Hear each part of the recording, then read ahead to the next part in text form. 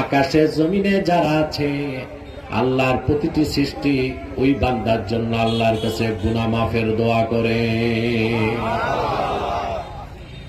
এমনকি নদী আর সমুদ্রের অগণিত মাছ ওই বান্দার জন্য আল্লাহর কাছে দোয়া করে। এই সৃষ্টিকুলের এতগুলো সৃষ্টির দোয়া কারো না কারো দোয়া কবুল করে আল্লাহ তাআলা গুনাহ মাফ করে দিতে পারে। বেহেশতে আল্লাহওয়ালা হয়ে বাড়ি যেতে চাই? কারা কারা হাত তুলে আল্লাহ তাআলাকে দেখেন।